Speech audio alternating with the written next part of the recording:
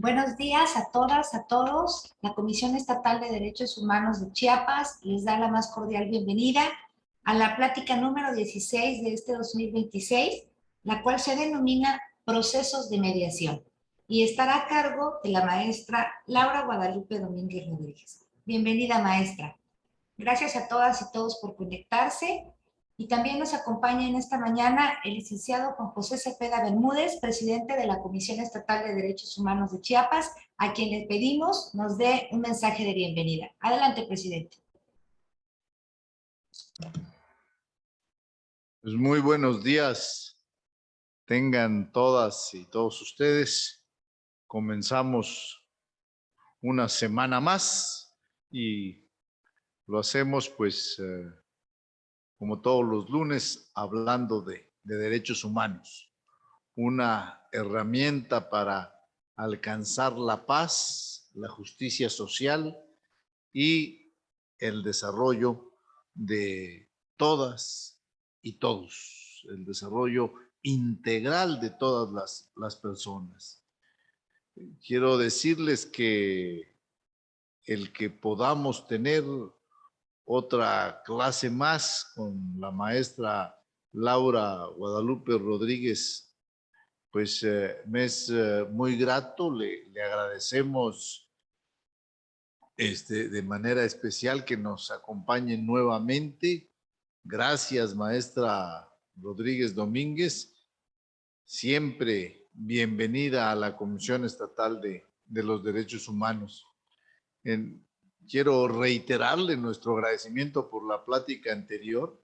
Nos explicó usted claramente la importancia de comprender el conflicto para dimensionar correctamente la aceptación de los procesos de mediación y los mecanismos alternativos de solución de los conflictos. Me quedó muy claro que en los conflictos, pues no todos pensamos igual, pueden haber diferencias, disensos, pero todos somos el otro del otro. Entonces debemos entender que podemos convivir y en esas diferencias y convertirlas en una riqueza.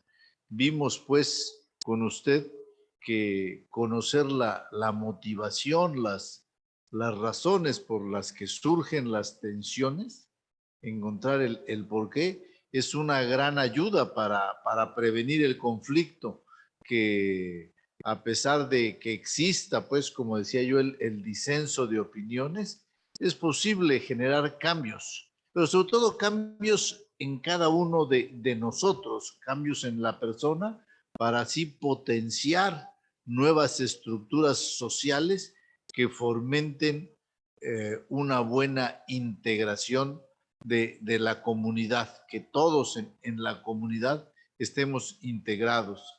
Resulta de mucha utilidad conocer la justicia alternativa y particularmente sobre el proceso de mediación para resolver tantas problemáticas que se nos presentan. Yo los invito a que sigamos conociendo el proceso que llevan a cabo las instancias de impartición de justicia para resolver los conflictos de manera pronta, expedita, legal, un escenario idóneo para fortalecer la vigencia de los derechos humanos. Decía la semana pasada la maestra Laura Guadalupe que la mediación es un estilo de vida, ¿sí? Como nosotros buscamos hacerlo en el respeto a los derechos humanos, ¿sí? Que sea nuestra forma de vivir. Muchas gracias a todas y a todos y especialmente a la maestra Domínguez Rodríguez.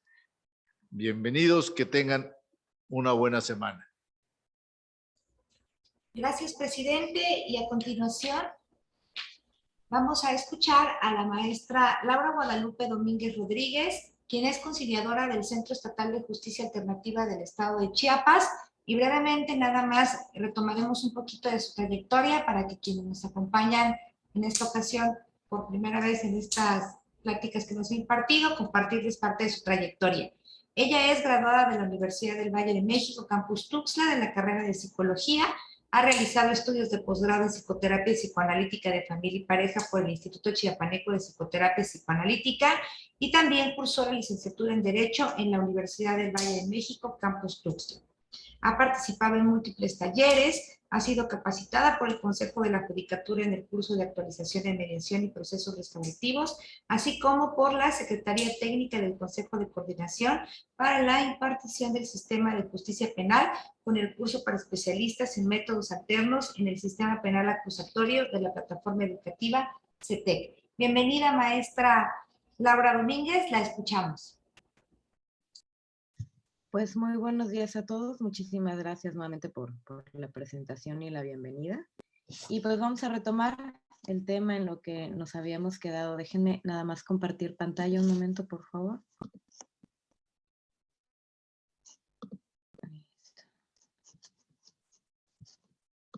Un momento.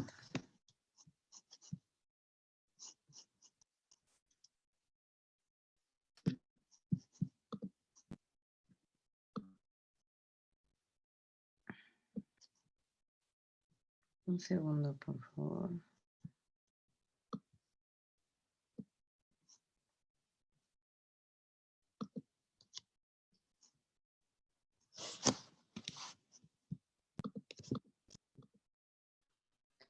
Bien, pues como bien habíamos platicado en la plática pasada, como bien habíamos dicho en la plática pasada, estuvimos hablando sobre la teoría del conflicto y cómo los principios, las posiciones, las necesidades, valores, intereses iban conformando esta situación en donde dos personas que interactúan, dos o más personas que interactúan, generan algún tipo de conflicto por alguna diferencia en alguno de estos puntos, ¿no? En alguno de estos principios, en alguno de los valores o de simplemente el mensaje.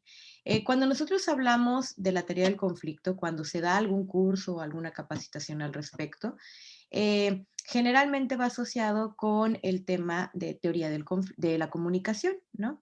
Esta parte se las comento porque no entraremos en el tema de teoría de la comunicación, es un tema muy extenso, pero los invitaría a todos a que si están interesados en esta parte de la teoría del conflicto, pues acuerpar la comunicación o digo, la información que se le está dando a través de la teoría de la comunicación. Paul Watzlawick es uno de los principales autores que podrían ustedes buscar para hablar sobre los axiomas de la comunicación. ¿Por qué? Porque evidentemente toda esta gama de puntos que hemos visto que acompañan la teoría del conflicto, evidentemente tienen una conexión, una correlación con la parte de la comunicación. Pero pues vamos a saltarnos a la parte que nos corresponde en tiempos ahorita y es hablar sobre exactamente la mediación, ¿no? ¿Qué es la mediación? Pues es el arte de promover acuerdos técnicamente. En su esencia se trata de un proceso que estructura la intervención de las partes involucradas en modos que favorecen simultáneamente su participación y su legitimidad, permitiéndoles asumir responsabilidad en términos de diseñar la resolución de su disputa. ¿Qué es esto? Cuando hablamos de la mediación, ya hablando dentro de los mecanismos alternos de solución de conflictos a través de la justicia alternativa, pues uno de los mecanismos que se utilizan es la mediación.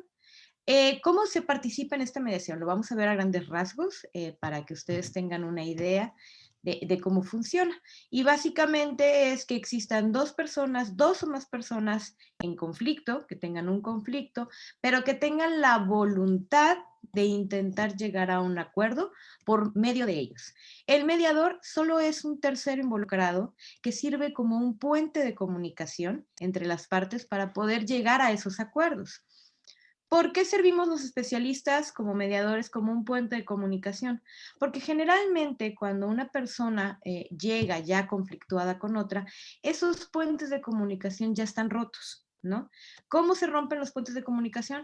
Pues a través de ya no tener confianza, de estar a la defensiva, de no estar como realmente escuchando al otro.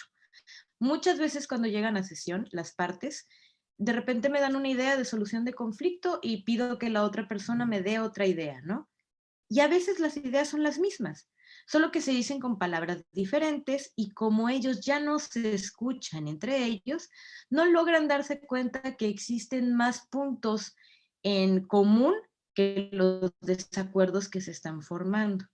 La gente cuando discute tiende a convertir la discusión en un problema, porque tenemos que entender esto, el conflicto, la discusión, siempre, el conflicto siempre va a ser inherente, lo habíamos hablado, ¿no? El conflicto siempre va a estar, siempre va a ser parte de las relaciones humanas. Pero la manera de abordarlo y de solucionarlo es la que va variando dependiendo de las personas. Si uno comprende que el conflicto no tiene que escalar a un problema, sino que puede ser una cuestión de una oportunidad para la discusión, porque la discusión es buena, ¿no? El poderte plantear mi punto de vista, el poderte plantear cómo qué es lo que yo pienso, para que tú adecuadamente recibas el mensaje y podamos llegar a un acuerdo. Bien, el detalle es que cuando la gente está en ese conflicto, viene molesta, viene intransigente y no logran escucharse. ¿Qué es lo único que escuchan? No escuchan el mensaje de los intereses y las necesidades reales. Lo único que escuchan son los adjetivos calificativos o la descripción del conflicto que la otra parte esté dando. Les pongo un ejemplo. Volvemos a los ejemplos de pareja porque les vuelvo a mencionar, son como los más sencillos de aterrizar en estos temas. Si una pareja tiene una discusión y están discutiendo por, ¿qué les gusta? No sé, la cuestión del cuidado de los hijos, ¿no? Y empiezan a, no sé, no estar de acuerdo en lo que se le da de comer a los hijos o a qué hora se duermen o algo por el estilo. Algo en donde tienen que como pareja estar de acuerdo. Si el conflicto empieza a escalarse y se transforma en un problema para la pareja, empiezan a decir, es que tú eres una desobligada que no cuidas al niño, es que tú eres un irresponsable que no le dedica tiempo al niño, es que tú. Y entonces el conflicto se empieza a distorsionar y a volverse una acusación al otro, ¿no? Entonces, si tú me empiezas a acusar y me empiezas a decir, es que tú no haces bien las cosas, yo me voy a poner a la defensiva y te voy a empezar a atacar. Y entonces van a empezar a hacer una lista de cosas que el otro hace mal y que tú haces mal para ver quién gana, quién sabe qué cosa, ¿no? Porque al final no van a resolver nada. ¿Cuál era el conflicto? El conflicto es que, no sé, el niño se duerme muy tarde y por eso se levanta muy temprano, muy tarde y anda mal, ¿no? Le duele la cabeza. Ese es el conflicto real, ¿no? Que no hay un horario, que no lo pueden acomodar. Pero como entre las personas se empiezan a tirar la bolita de la responsabilidad, entonces es mucho más fácil para nosotros aventarle la responsabilidad al otro y viceversa, y entonces dejamos de escuchar lo que es el conflicto real. ¿Qué es lo que hace el mediador? De todo lo que están conversando, rescata las partes importantes para la resolución de un conflicto. Si tú vienes y me dices, no, es que eres un irresponsable porque no me ayuda en nada y el niño se siente mal porque no duerme temprano y bla, bla, bla. Entonces yo como especialista, en lugar de decir, tú me dices que eres un irresponsable, ¿para qué? Eso no lo necesitamos, hay que blanquear el lenguaje. Entonces, ¿cómo voy a hacer ese puente de comunicación? Limpiando ese lenguaje. Yo le voy a comentar entonces, quiero entender que lo que me está comentando es que a usted le preocupa la salud de su hijo, como a su pareja también. Si ven, es un cambio muy pequeño, el de todo lo que tú me estás diciendo. Yo voy a rescatar la parte que es fundamental, lo que realmente importa corregir, porque es el conflicto real, lo que hablábamos de intentar entender las necesidades y los intereses para que las partes se escuchen. Entonces, al final de cuentas, el especialista como en la mediación no va a dar soluciones de conflicto, no les va a decir cómo van a llegar a su solución. Simplemente les va a ayudar a limpiar su lenguaje, a limpiar la comunicación, para que entre las partes pueda haber un entendimiento real del mensaje y se puedan poner de acuerdo. Entonces, la mediación a grandes rasgos es la intervención de un tercero que no puede dar opiniones de solución de conflictos, pero que sirve como un puente de comunicación para llegar a ellos, ¿no? Ahora, veamos la diferencia en la conciliación. ¿Cuál sería la diferencia en la conciliación? Pues bueno, una tercera persona escucha a las partes y guía para que puedan establecer una comunicación entre ellos a fin de que las partes acuerden una solución para su controversia.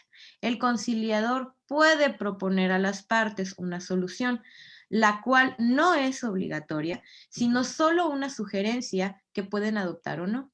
Entonces, vemos que la diferencia entre la mediación y la conciliación radica principalmente en el hecho de que el especialista que sirve como este puente de comunicación puede dar propuestas de solución que al final de cuentas no son obligadas. Y como especialistas tenemos que ser muy cuidadosos al decir estas propuestas que derivan de lo que ellos hayan dicho, no solo lo que a mí se me ocurra que es bueno para el asunto, sino toda esta parte de lo que se haya platicado durante la sesión, pero dejándoles muy en claro que al final de cuentas son ellos los que toman los acuerdos. ¿Por qué es tan importante en la justicia alternativa dejar claro que los acuerdos nacen de las personas? Porque estamos, como habíamos platicado en la sesión pasada, que estamos tratando de hablar de una cultura de paz enfocada a la reeducación de las personas hacia una visión que dé solución a los conflictos. Entonces, tenemos que quitar esta idea que tiene la población de que si algo no le sale bien cuando acude al Estado a solicitar algo por parte del Estado, pues echarle la culpa al Estado, ¿no? Y así es, ¿no? Con quien llegue uno a pedir ayuda, al final le terminas echando la culpa. Si no salió mi resolución, si no salió la sentencia con el juez como yo quería, entonces el juez es el que está mal, el sistema está mal y pues todo está mal, ¿no? La diferencia con nosotros es que se les deja muy claro que el resultado es de ellos. Yo soy responsable del proceso que se va a llevar con ellos, que no se salga de control, utilizar las herramientas adecuadas para poder ayudar a las personas en la medida de lo posible, con la voluntad que ellos tengan para poder llegar a un acuerdo. Pero el resultado es totalmente responsabilidad de las partes, porque es un procedimiento voluntario. Entonces, cuando el conciliador da una sugerencia, o las sugerencias que considere que pueda dar, una lluvia de ideas, lo que sea, este tiene que remarcar claramente que es una propuesta y que ellos están libres de modificarla, de aumentarla o de simplemente ignorarla por no creer que sea apropiada para sus necesidades. Entonces, con esto, cuando las partes llegan a un acuerdo y firman un convenio, que ahorita vamos a hablar del alcance que este convenio tiene, se obligan desde sus acuerdos. No pueden venir y decir la especialista me obligó, el subdirector me obligó, hubo un juez que metió una sentencia. No se puede. No hay manera. Entonces a las personas las obligas a hacerse responsables de su resultado, ¿no? A decir, ay, es que no me gustó cómo quedaron los horarios de los niños. Tú los escogiste. Hubo una mesa en donde se discutieron los puntos. No hay un número determinado de sesiones. Podemos llevar 1, 2, 3, 4, las que se necesiten para que las personas se sientan cómodas. Es que si de ellas nace el acuerdo, es mucho más sencillo que lo cumplan a que si se los impones. Esa es la, ¿no? Y en la naturaleza el ser humano funciona de ese modo, ¿no? Si a ti te obligan a hacer algo, lo haces como más pesado, como más arrastrado, a que te nazca proponer hacer algo y sea tu iniciativa. Entonces, como nace de ti, se vuelve parte de ti. Y como se vuelve parte de ti, pues es muchísimo más sencillo llevarlo día a día.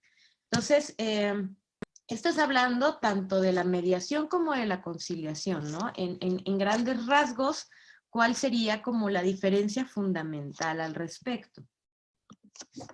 Contamos también con la figura de arbitraje. Aquí cambia un poco porque la intervención del tercero es mucho más activa. Las partes de común acuerdo someten la solución de su conflicto a un tercero neutral. Este conoce del caso e impone una resolución llamada laudo, la cual es obligatoria para las partes.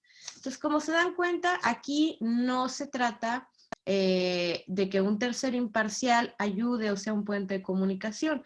Aquí es un tercero imparcial que es totalmente neutral, que absorbe y pide todos los puntos necesarios y lleva a sesión para que ambas partes expresen su postura, pero al final, ya después de que él conoce del asunto, la resolución que emita es denominada laudo y tiene un carácter de sentencia, ¿no?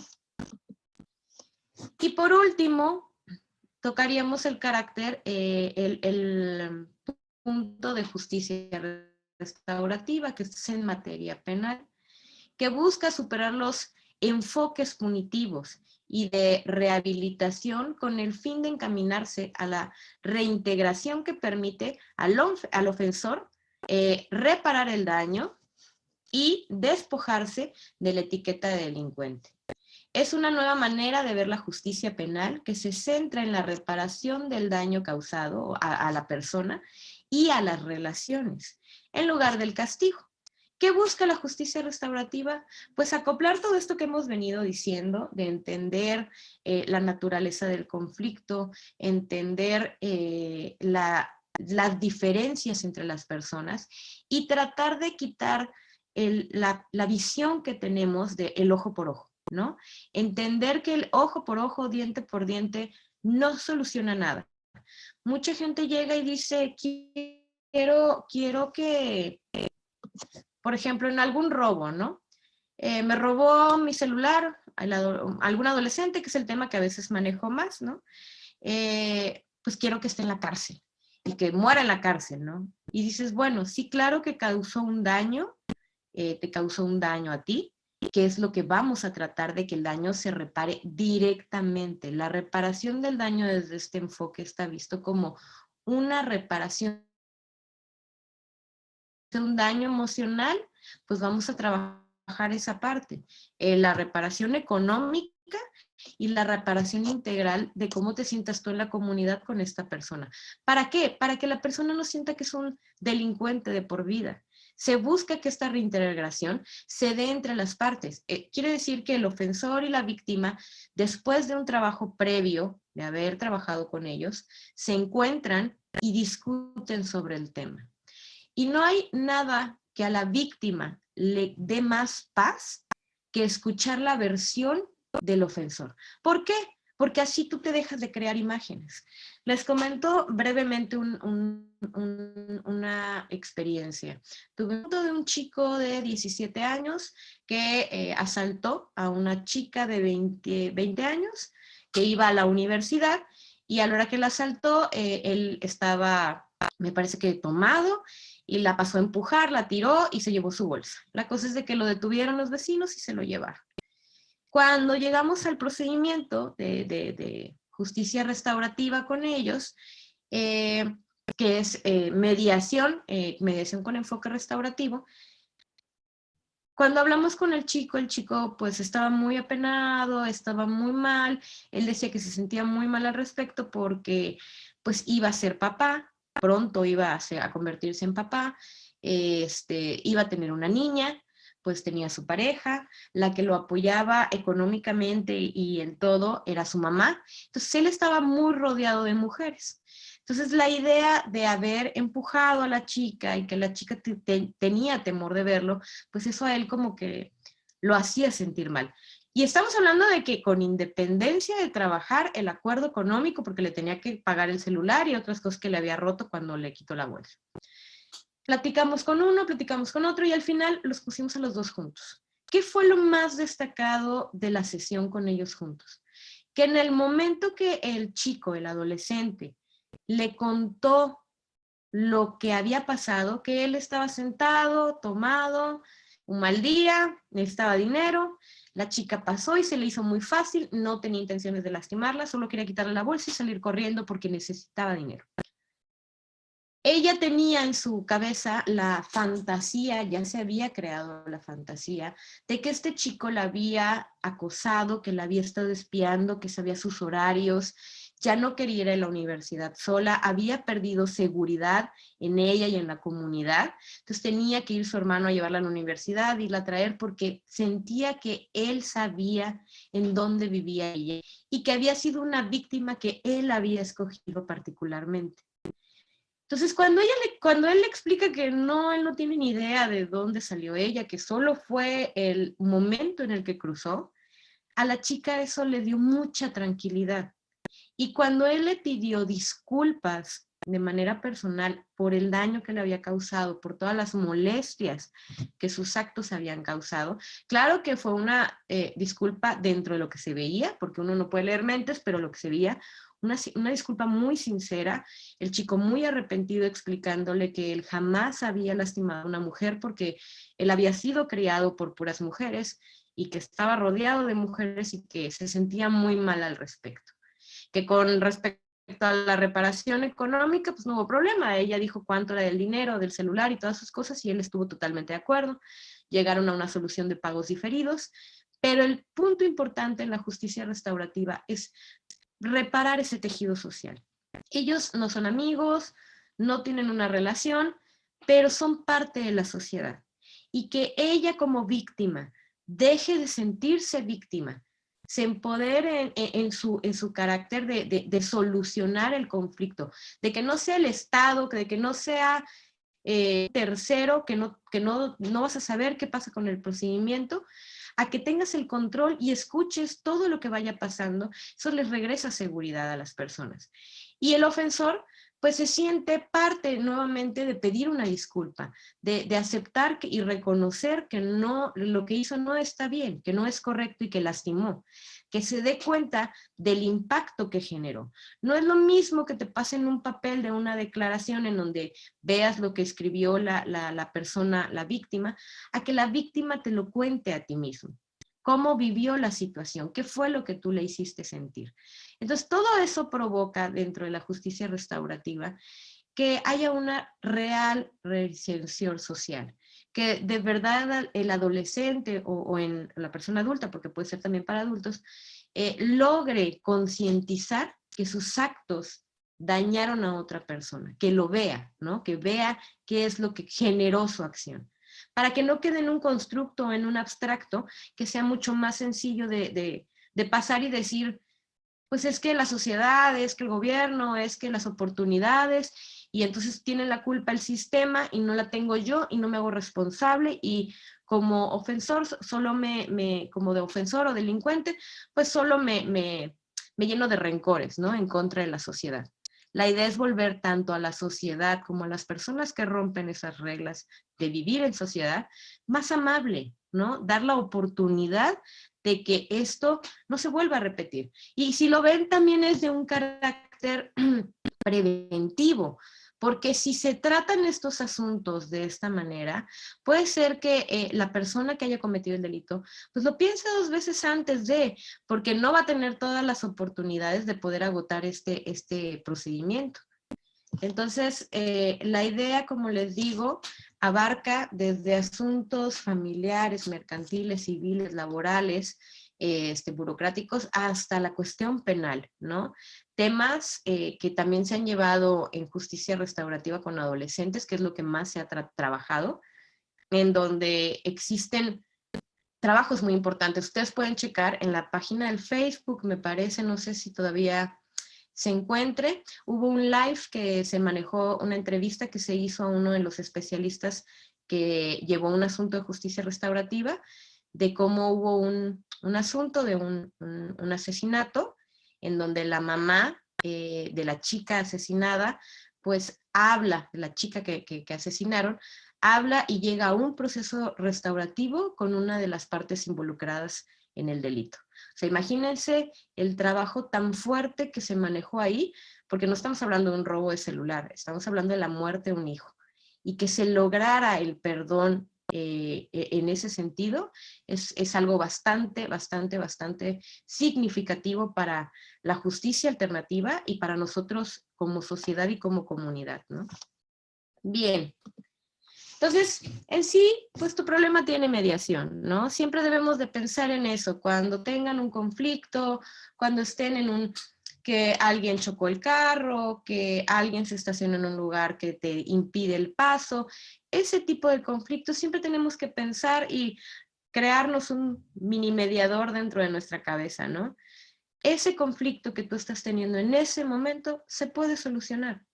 y se va a solucionar mucho más rápido y fácil si tú te mantienes tranquilo, si tú te mantienes pensando en cómo solucionarlo, no en buscar culpables. Esa es una herramienta muy buena para el día a día.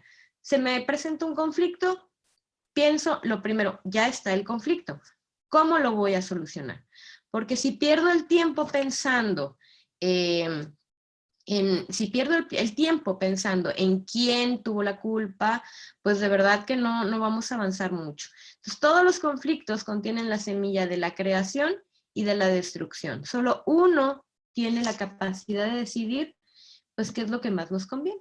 Entonces, el mediador, hablando ya del mediador en su función, consiste en facilitar la comunicación a partir de un procedimiento metodológico, tomando en cuenta las emociones, los sentimientos y centrándonos en las necesidades y los intereses de los involucrados. Yo como especialista no me voy a centrar al 100 en los hechos, en las pruebas. A mí eso no me sirve. Como especialista yo tengo que concentrarme en estos puntos que son más de emociones, de sentimientos, de comunicación, para que yo realmente pueda conectar con las personas y realmente pueda servir como ese puente de comunicación. El mediador debe seguir los siguientes pasos para lograr el proceso. Presentar a todos, esto es como un esquema general, ¿no? Explicar en qué consiste el proceso de mediación. Es muy importante cuando las personas llegan a hacer un encuadre, explicar de qué se trata lo que estamos haciendo, cuál es el objetivo de nuestro trabajo y cuáles son las reglas. Es muy importante dejar claras las reglas para que mi procedimiento no se salga de control y yo pueda manejar adecuadamente sin falta de respeto y sin que el conflicto se me escale, ¿no? Aclarar su función como facilitador de la comunicación, lo que les decía, explicarles que al final de cuentas yo soy un especialista en la comunicación y que los voy a ayudar a resolver su conflicto, pero que la responsabilidad del resultado es totalmente de ellos. Explicar las reglas de confidencialidad, explicar las guías o reglas de la mediación, realizar preguntas para aclarar, como de escucha, de repito, de resumen, facilitar que los participantes en disputa ofrezcan diferentes soluciones, escribir las soluciones conforme sean acordadas y redactar el acuerdo según lo convenga. Al final de la redacción del convenio, ya cuando todos los puntos están acordados, se hace una lectura completa del convenio para que las partes, aparte si lo quieren leer, ¿no?, estén enteradas completamente de todo lo que se va a firmar en él, ¿no? Y hasta que no me comenten que están totalmente de acuerdo con todo lo que el convenio dice, hasta ese momento se llega a la ratificación ante el subdirector regional, que es el que le da la fe pública al documento para tener un carácter de sentencia. Bien, entonces, las premisas de la mediación: el conflicto es sano, pero no resuelto, es peligroso. El conflicto por cuestiones específicas se puede resolver a través de la mediación. Casi todas las personas quieren llegar a un acuerdo. Esto es real. La mayoría de las personas, aunque estén muy molestas o lo que sea, la gente busca que el conflicto termine. Es más probable una negociación exitosa cuando las partes en disputa necesitan mantener una relación que cuando no pretenden ninguna futura relación. ¿Qué quiere decir esto? Es mucho más sencillo si el conflicto es entre algún familiar o entre alguna amistad, un vecino, algo que haya una relación en donde uno pueda rescatar esa parte y reconstruir los lazos que antes hubieran tenido, que alguien que no se conoce, como este asunto que yo les decía, ¿no? El chico que asaltó a la chava, no se conocían, y a veces es un poquito más difícil poder coser hilos entre ellos, porque pues no existe realmente un interés, ¿no? El resultado es responsabilidad de las partes, esto es sumamente importante y lo vuelvo a recalcar. El mediador es responsable del proceso, no de los resultados. Y la conducta del mediador pues es de acuerdo a la situación. No hay una guía, no hay un paso 1, paso 2. Si llega este asunto, se trabaja de tal manera, no se puede. Pueden llegar 10 divorcios con 2 hijos y una guardia y custodia compartida, igual, el mismo asunto, y se aborda diferente. porque cada persona es diferente.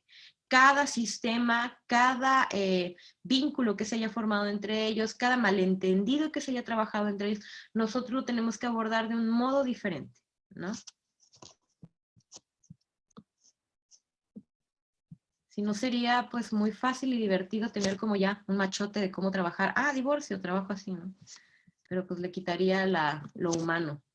Ahora, para nosotros poder trabajar como especialistas tenemos ciertas técnicas y herramientas que muy someramente vamos a mencionar acá, pero se las pongo las más importantes para que también si ustedes están interesados en ahondar más en el tema, pues pueden tener como referencia esto. Existe un libro de la jueza Aurora Rizo Valle. Ella es un muy buen libro, habla de lo que le estamos platicando ahorita sobre justicia alternativa y toca estos puntos de las técnicas y herramientas. También podría ser algo que ustedes podrían checar. Entonces, una de las técnicas que con mayor frecuencia se utilizan son las preguntas. Es importantísimo, evidentemente, saber utilizar preguntas. No solo es preguntar por preguntar, porque no es un interrogatorio, no es un careo, no es nada de esto. Las preguntas generalmente se intentan hacer abiertas porque no quiero que mi respuesta sea un sí o un no. Yo quiero que la persona hable.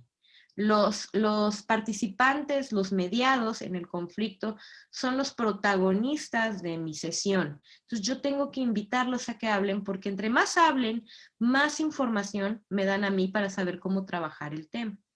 Pero existen varios tipos de preguntas, preguntas abiertas, preguntas cerradas, preguntas reflexivas, preguntas circulares. Cada una de las preguntas tiene un fin en específico, un objetivo para poder ir dirigiendo de cierta manera la comunicación. La empatía. La mayoría tiene ya esta idea, ¿no? Es una palabra que técnicamente se ha puesto bastante de moda estos últimos años, el ser empático, que es ponerte en el lugar de los otros, ponerte en los zapatos de los otros. En mi experiencia muy personal, esta definición es muy superficial y casi imposible. Yo no me puedo poner en los zapatos de nadie, porque no sé su vida.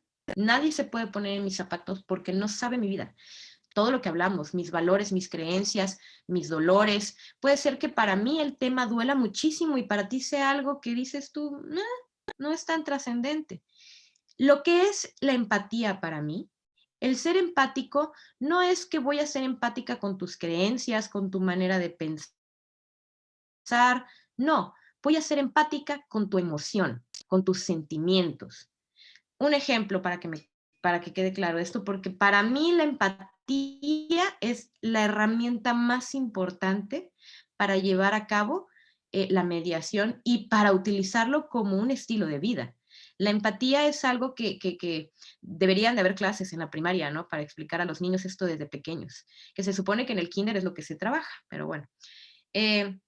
Una vez llega alguien y me dice, voy a tener un problema con su ex novia, que vivieron juntos, pero pues ya no, y la novia se fue y la novia se llevó al gato. Y él quería llegar ahí a donde estábamos porque quería llegar a un acuerdo para ver al gato. Y entonces mucha gente puede decir, ay, qué ridículo, ¿no? A la gente que no le gusten los gatos, a la gente que crea que a los animales no sé, que tenga creencias diferentes respecto a las mascotas, ¿no? Pero eso no importa. No importa si a mí me gustan o no me gustan los gatos. No importa si a mí se me llega a hacer ridículo o no tener que invitar a una persona porque quieres fijar horarios para ver a un gato. Uno no puede hacer eso. ¿Qué es la empatía? Yo sentía el dolor del chico. El chico estaba llorando porque quería ver a su gato. Entonces, si nosotros somos un centro en donde vamos a prevenir y enseñar también a las personas a darle solución a estos conflictos, no podemos desestimar ningún conflicto porque al ratito, si no se llega a un acuerdo por lo del gato, puede ser que el chico se moleste y le haga algo a la chica o al revés, ¿no? Entonces todo esto es preventivo, pero principalmente entender que la empatía es a través de la emoción.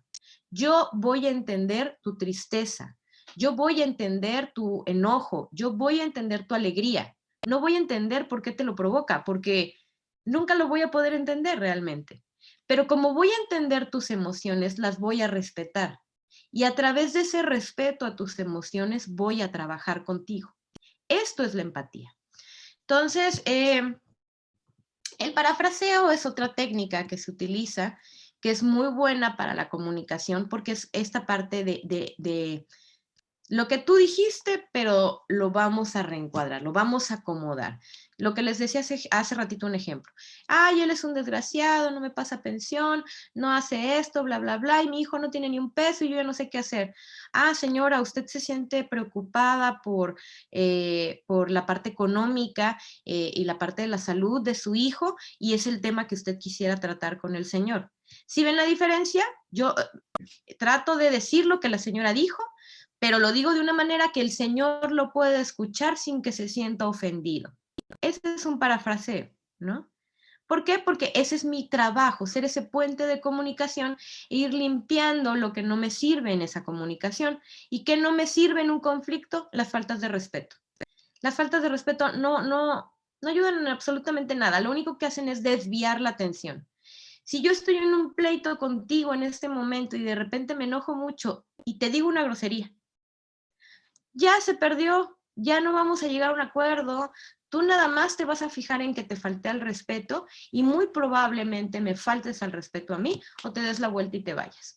Entonces, las faltas de respeto no solo son groserías, las faltas de respeto es ofender, atacar, calificar a la otra persona de una manera agresiva, que no va a arreglar nada. Mucha gente quiere arreglar el conflicto diciendo, por ejemplo, no sé, una mamá platicando con su hija, ¿no?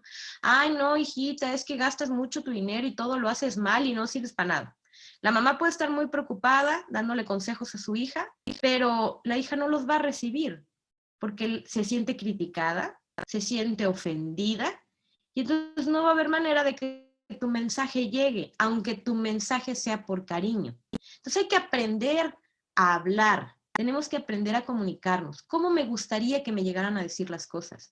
¿Cómo las podría yo entender? ¿Sabes qué, hijita? Te amo mucho y me preocupa con sinceridad tu situación económica.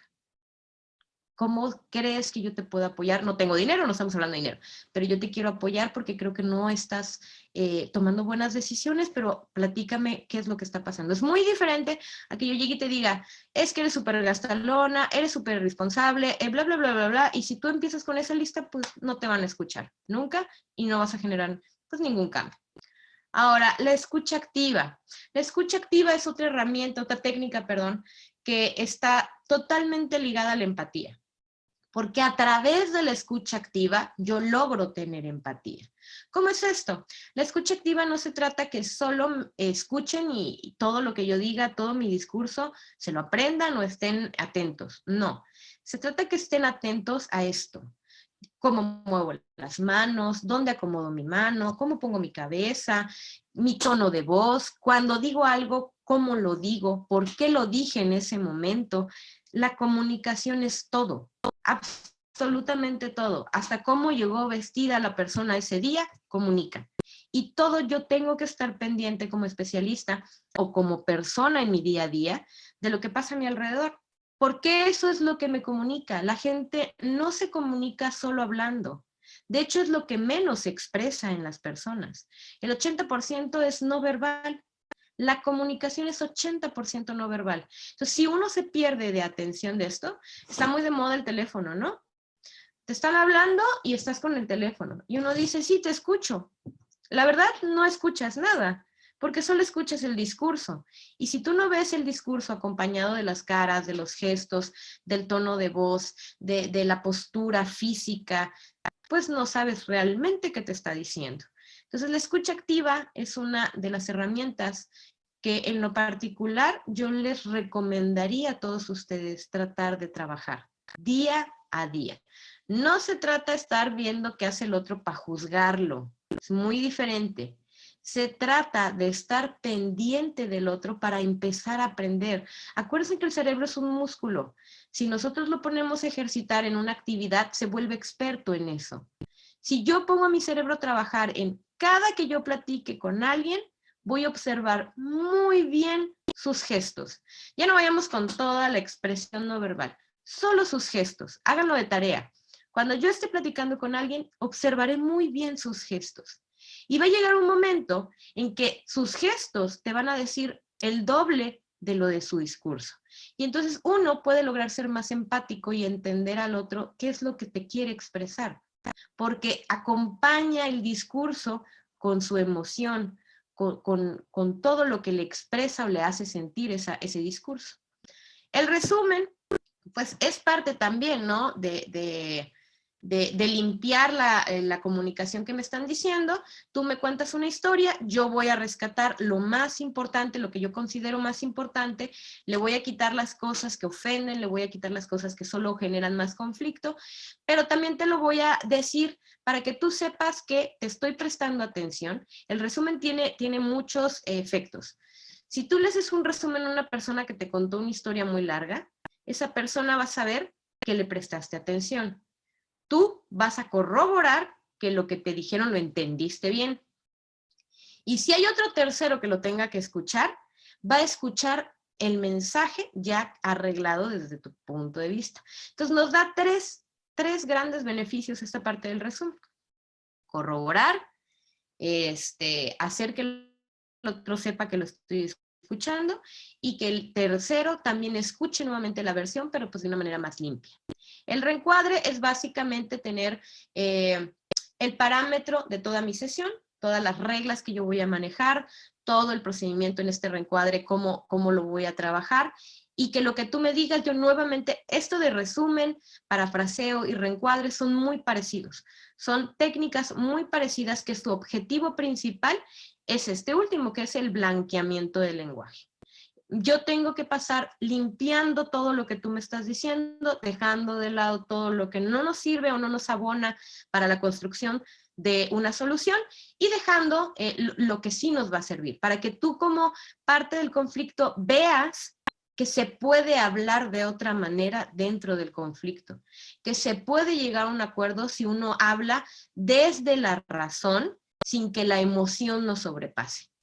Bien, y ahora, para terminar rapidito, porque se nos está acabando el tiempo, les menciono que existen herramientas como el caucus, la reformulación, legitimación, lluvia de ideas, pues la comediación, preguntas cerradas y el espejeo. Les vuelvo a repetir, yo los invitaría a que estas herramientas, pues terminaran ustedes de checarlas, de buscarlas en internet. El libro también que les manejé al principio de Ana es muy bueno. Y este otro libro que les mencioné de la jueza Aurora Rizovalle también es muy bueno. Ahora, para ir cerrando nuestra plática, únicamente les comento esta parte de, pues, el convenio, ¿no? La importancia que es todo seguimiento voluntario, al final las partes llegan a un acuerdo y ese acuerdo tiene que tener un peso legal, ¿no? El convenio celebrado entre los mediados ante la fe pública del director perdón, se me movió tantito, permítanme. Listo. Perdón. El convenio celebrado entre los mediados ante la fe pública del director actual o subdirector regional, con las formalidades que señala la Ley de Justicia Alternativa del Estado de Chiapas, será válido y exigible en sus términos, trayendo aparejada ejecución para su exigibilidad en vía de apremio ante la autoridad jurisdiccional. En caso de incumplimiento del convenio por alguna de las partes, la parte que se considera afectada podrá solicitar la ejecución del convenio por vía de apremio ante la autoridad jurisdiccional o bien ejercer los derechos que le correspondan para hacerlos valer por la vía y forma correspondientes, de acuerdo a cada caso en particular. Entonces, no solo tenemos la ventaja de vivir la experiencia de una mediación para poder tener esta cultura de paz, para poder promover la cultura de paz entre la ciudadanía, para ahorrar cuestiones jurisdiccionales, quitarles trabajo a los jueces también, despresurizar un poquito la carga de trabajo, que esas son como los extras, ¿no? Pero pues es importante recalcar que aparte de todas estas bondades que el CEJA tiene, que la justicia alternativa tiene, es importante recalcar que su convenio tiene un valor jurídico. ¿no? Que todo lo que ustedes vayan a llegar a un acuerdo relacionado al CEJA, el convenio va a tener este respaldo. Y esa parte pues es tremendamente importante, ¿no? De tener en consideración que aunque nuestro proceso sea voluntario, firmado el acuerdo, tiene un carácter de sentencia y puede ser ejecutable, ¿no? Aquí de hecho se maneja dentro de la Ley de Justicia Alternativa del Estado, en el artículo 71, habla precisamente de lo que acabamos de leer, ¿no? De la vía de apremio, que existe el procedimiento. Evidentemente, cuando existe un incumplimiento en el convenio, nosotros mandamos a llamar a las partes para ver si no hay un malentendido o algo que se pueda arreglar antes de mandarse a ejecución. Generalmente llegamos a acuerdos. Cuando estos no son posibles o la parte no está interesada, aunque ya se le explicó que está incumpliendo, pues se remite al juzgado para que el juez que corresponda pues lleve a cabo el procedimiento, ¿no? Y se lleva a cabo un pequeño juicio, no tiene que agotar todo el procedimiento, no es como empezar de cero, no es una prueba, no. Ya está firmado el convenio y tiene carácter de sentencia. Y este es nuestro procedimiento. No se los voy a narrar todo porque es un poquito largo, pero grandes rasgos, los que estén interesados también y para tener esta información, cuando tengan algún conflicto de cualquiera de las materias que se les acaba de comentar durante la exposición, pues pueden acudir al centro. Nosotros trabajamos de 8 de la mañana a 8 de la noche. Pueden acudir de manera personal a solicitarlo. Un especialista les dará una orientación, les explicará cómo es el procedimiento y se levantará los datos para poder hacer el expediente. Lo único que se les piden es nombre completo de la persona con la que tienen el conflicto, con la que quieren mandar a llamar y dirección exacta. Para que pues ya nosotros organicemos, se les dé una fecha en ese momento a ustedes, se le manden las invitaciones a las partes intervinientes en el conflicto y pues podamos llevar a cabo la sesión. Les comento, el proceso es totalmente voluntario. No podemos obligar a ninguna de las partes a participar o firmar algo con lo que no se sientan cómodos durante todo el proceso. Y bien, como conclusión, el conflicto son dos verdades atrapadas en una disfunción comunicacional, lo que habíamos hablado, ¿no? Todo lo que complica la comunicación hace que los conflictos se den con mayor facilidad. Dentro de la mediación, los protagonistas del conflicto se vuelven dueños del proceso y con la guía de un tercero experto neutral logran sinérgicamente beneficios mutuos al haber fortalecido la relación de manera autocompositiva. Esto es el entender, el tú y yo, ¿no? Algo que mencionaban hace rato en la plática pasada. Si yo no entiendo la importancia del otro, la importancia de que el otro exista, nunca voy a poder reconocer mi misma importancia, ¿no? Y esa importancia de los dos es lo que nos va a permitir con respeto poder llegar a acuerdos y poder hablar de una manera que sí se entienda. No solo es una manera respetuosa, eso es ya de cajón, es una manera que yo logre de verdad comunicar lo que me está provocando la situación para poder llegar a un acuerdo razonable.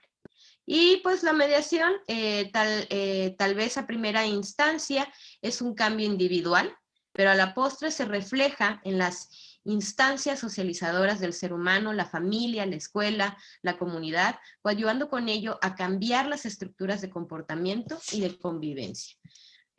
Pues para terminar y para cerrar, comento, ¿no?, que para mí esta parte de la mediación, como se los he comentado en la plática pasada, al ser un estilo de vida, es irlo profesando, irlo diciendo con todas las personas, irlo trabajando, ir enseñándole a las demás personas lo poco que yo pueda saber respecto a este tema, pero como una herramienta de vida, no solo como una alternativa a tener un conflicto y presentarme ante una institución, ¿no?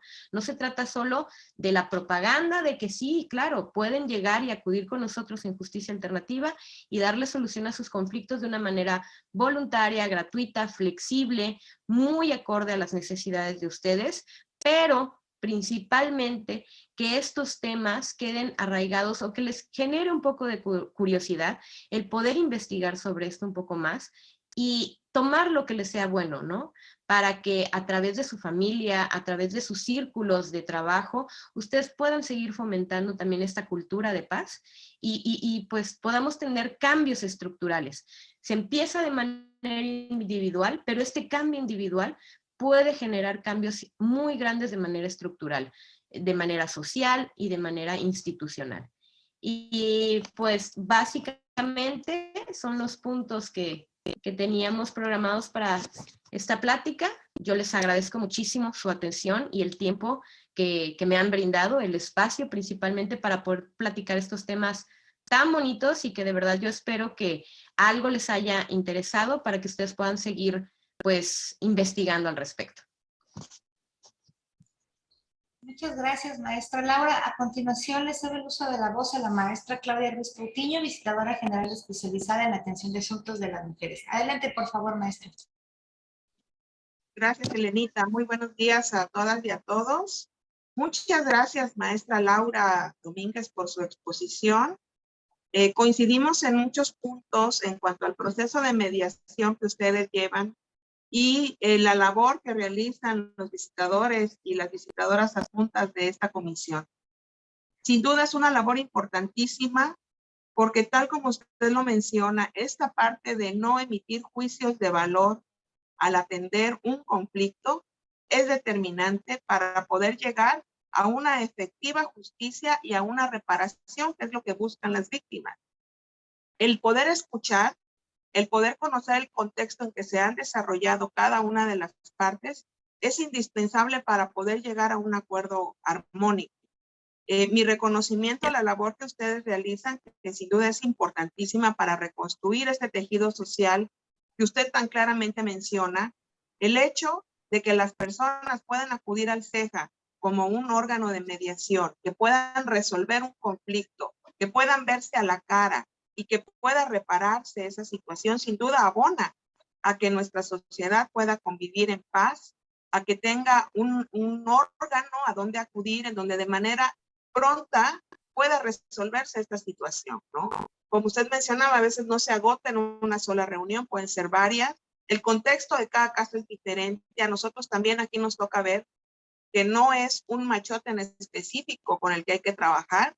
Cada caso y cada particularidad tiene sus propias aristas y en ese sentido tiene que ser tratado.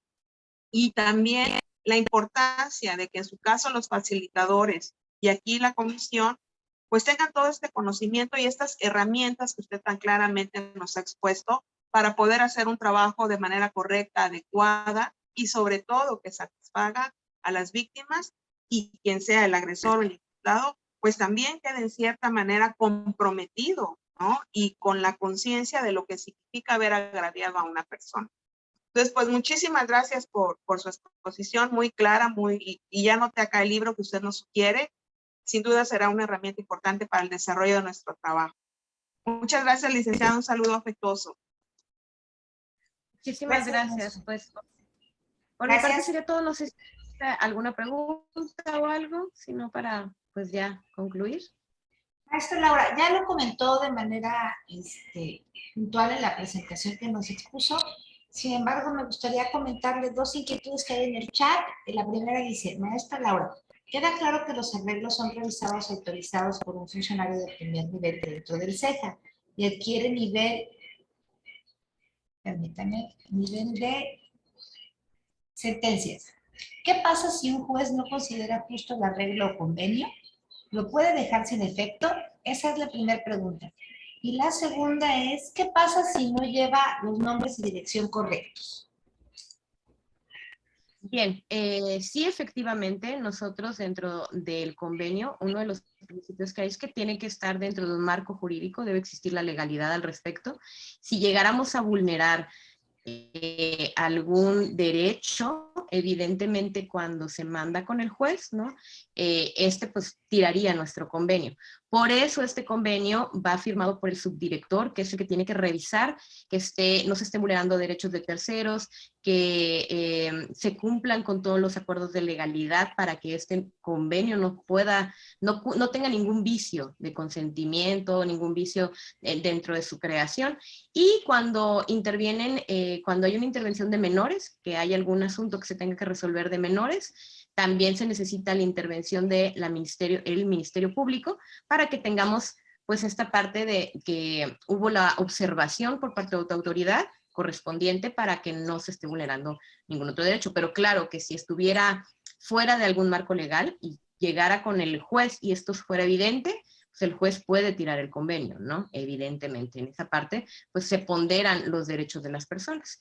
Y ahora, si ustedes se llegaron a presentar y no contaran con el nombre completo o con la dirección exacta, no podemos hacer la invitación, ¿no? ¿Qué pasaría si ustedes llegaran con nombres incorrectos? Nos ha pasado que hay gente que llega con nombre incorrecto, llevamos la invitación y la persona no la quiere recibir porque dice que no se llama así, ¿no? O pues la llevamos a otra dirección donde nos digan que ahí no vive. Entonces, por eso es muy importante porque nosotros no podemos ponernos a investigar en dónde vive la persona, ¿no? O cuál es su nombre. Y por eso se tiene que llegar con esta información para que nosotros podamos dar el servicio de una mejor manera. Muchas gracias, maestra Laura.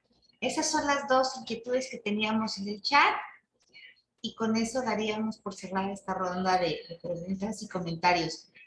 Le pido por favor a mi compañero Iván, si es tan amable, de proyectar el reconocimiento que se otorga a nombre de la Comisión Estatal de Derechos Humanos de Chiapas a la maestra Laura Domínguez Rodríguez por estar esta mañana con todas y todos nosotros y darle continuidad a esto, pues estas pláticas que tuvimos durante el mes de abril que tenían como finalidad exponer diferentes mecanismos para la solución de conflictos. Muchísimas gracias, maestra Laura, y gracias nuevamente a todas y todos quienes se conectaron a esta sesión y les invitamos a la siguiente plática de lunes que será el día 2 de mayo. Entonces nos vemos para la próxima plática y que tengan todas y todos un excelente día. Hasta luego. Gracias, maestra. Hasta luego.